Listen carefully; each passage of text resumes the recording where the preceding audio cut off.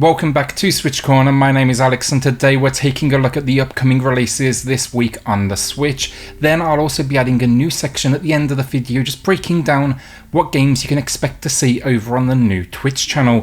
With that though, hit subscribe if you love the Switch as much as we all do here. Join our growing family and let's get started. So first up on the 16th to kick things off, Drive. First, honestly, the thumbnail looked weak. I suspected shovelware. It's actually coming from PM Studios. They've had a couple of decent releases and I really do now like the almost Micro Machines Matchbox style racer visuals. An endless racer, though, it's inspired by road and action movies of the 70s. And yeah, I'm going to be taking a look at a few reviews to see if this is enough just to get that, addictive side of my personality out of me. Next up then we get Fallen Legion Revenants from NIS America, and if you are even remotely interested in this one, do know there is a free demo available on the eShop right now just to basically check out before you splash the cash. It's a side-scrolling RPG though and you are on a quest for vengeance. It sounds great though, honestly. You're swapping between a politician and a ghost who reside in a floating castle. The prior Fallen Legion releases, they were decent enough and I'm looking forward now to checking this out as I will be covering it here on the channel later in the week. Azur Crosswave is a game that's built around an iOS and Android release originally. This was its first basically push onto Steam and PC, and it seems they've changed up quite a bit. It's more sequel than re-release. Reviews though for it are in that average to slightly above average range, but one thing the game doesn't warn you of in its description is it's not just all out 3D battles here and action, but there's actually a ton of text too. I think it's fair to describe this one as pretty much part visual novel, with 4 game modes though too, so you can skip that story if you want. I'm actually curious now to see if this one delivers, and I will hopefully have coverage again on this one later in the week. Shmup fans, Firedog, it's making its way to the Switch. This is a budget vertical shooter from East Asia Soft. I am a sucker for a bullet hell and this one comes with pedigree as it comes from the team from the pretty highly regarded Project Starship. Blending together those shmup gameplay with horror visuals and almost that retro pixel style, I'm looking forward to this one and diving into the depths of hell, especially with its spin on its high score system here. Chain kills add extra points that really maximise, how much you're going to succeed. I can't wait to see how they implement that. So Cathedral next up. I'm hearing a lot of talk around this 8-bit Metroidvania. I'm not sure I'm seeing anything overly original, but it's clear Ghouls and Goblins' influence was enough to make me a day one buyer. It's almost at points a copycat. With a 9 out of 10 over on Steam, no 600 rooms to clear, and some mechanics that definitely remind me of Shovel Knight. There's a sword bouncing piece in here. I'm quietly hopeful it could be something special. Just do know with this one, apparently it's brutally difficult, but I wouldn't expect anything less given its influences.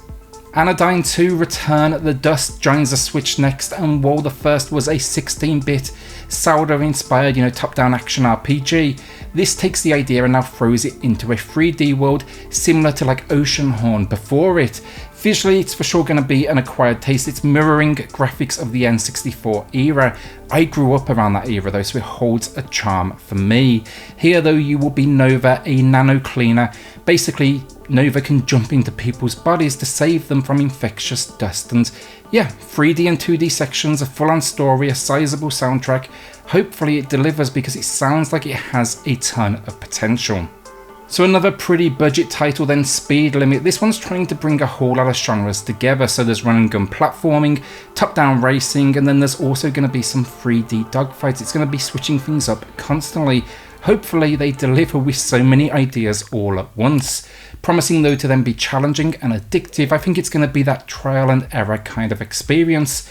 But this one, it's coming published by Chorus Worldwide Games. They've delivered a few decent experiences. Hopefully this is another one to add to their library, even if honestly I'm still not quite sure how it's all going to work together, or even if there's going to be a storyline to go along with the action.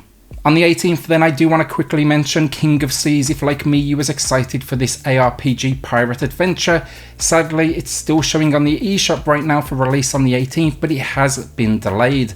Team 17 have picked it up to publish, and now they've basically pushed back that release date. I think it's around the May time now, just to give the devs a little extra time to polish things up, but this seems like it could be a game with a lot of potential, so if that extra time is used well, it could be absolutely worth the wait.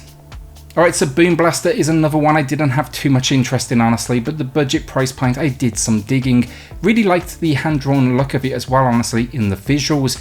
It's an old school run and gun gameplay type, and that's never a bad thing, honestly, let's face it. And here you're going to be a group of space prisoners trying to escape with multiple characters and weapons to control. What actually really got me interested in this one though, it's published by Chili Dog Games. They have published and assisted on games like Biped, which was a great co-op experience, and Do Not Feed the Monkeys. So now I'm actually going to be taking a look, even if you can't even find a trailer, at least not yet anyway, in HD.